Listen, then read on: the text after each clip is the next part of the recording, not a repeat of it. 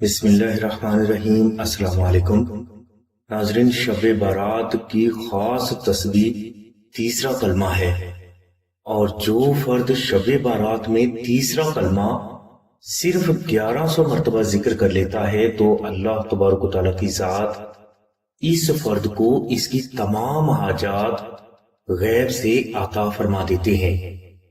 شب بارات میں تیسرا کلمہ کی تسبیح کرنے کا طریقہ یہ ہے کہ آپ شب بارات میں عشاء کی نماز کے بعد اول و آخر 14 مرتبہ درود شریف ذکر کریں، اور درمیان میں آپ 12 نفل نماز ہدیہ محمد و آل محمد اس طرح ادا کریں کہ ان نوافل میں آپ ہر رکعت میں الحمد شریف کے بعد 3 مرتبہ سورہ اخلاص تلاوت کریں۔ یہ نوافل آپ نے 2 کر کے ادا کرنے ہیں۔ یہ نوافل ادا کرنے کے بعد آپ 100 مرتبہ درود ابراہیمی اور 1100 مرتبہ تیسرا کلمہ محبت کے ساتھ ذکر کر کے حضور نبی کریم صلی اللہ علیہ وسلم کی بارگاہ میں ہدیہ پیش کرتے ہیں۔ اس کے بعد آپ اپنے لیے دعا کریں، انشاءاللہ آپ کی ہر دعا قبول ہوگی۔ ناظرین، بزرگ فرماتے ہیں کہ زیادہ بہتر یہ ہے کہ آپ نوافل اور 100 مرتبہ درود ابراہیمی ذکر کرنے کے بعد سحری تک لا تعداد تیسرا کلمہ ذکر کریں۔ سحری میں آپ روزہ رکھیں اور اس روزہ کے دوران بھی آپ تیسرا کلمہ کی کثرت کریں۔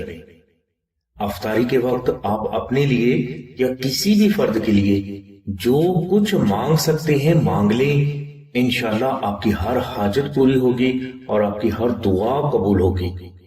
اس کے علاوہ جو فرد بھی شب بارات میں تیسرا کلمہ کو عربی میں مشک، عنبر، زعفران اور گلاب سے تحریر کر کے اپنے پاس رکھ لیتا ہے یا اپنے گھر میں رکھ لیتا ہے تو اس نقش کی برکت سے اس فرد کی تمام حاجات غیب سے ہمیشہ پوری ہوتی رہتی ہیں، اور اس فرد کو اس بات کا احساس بھی ہوتا رہتا ہے کہ کوئی غیبی طاقت ہے جو اس کی مشکلات کو اللہ کے حکم سے آسان کر رہی ہے۔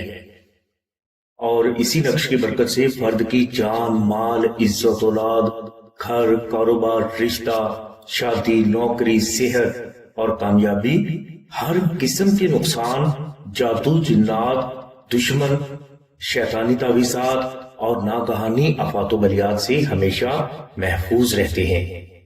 نقش درود ابراہیمی کو مشک، عنبر اور زعفران سے تحریر کر کے آپ تک بذریعہ TCS پہنچانے کا ٹوٹل خرچ 700 روپے آتا ہے، اور اگر کوئی فرد استطاعت رکھتا ہے تو وہ یہ 700 روپے آستانہ کو ضرور ادا کرے، اور اگر کوئی فرد استطاعت نہیں رکھتا تو وہ 2000 مرتبہ درود ابراہیمی محبت کے ساتھ ذکر کر کے یہ نقش آستانہ سے فری بھی حاصل کر سکتا ہے۔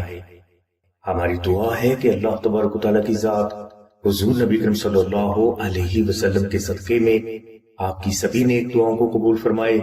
آمین ثم آمین یا رب العالمین۔ الحمدللہ رب العالمین۔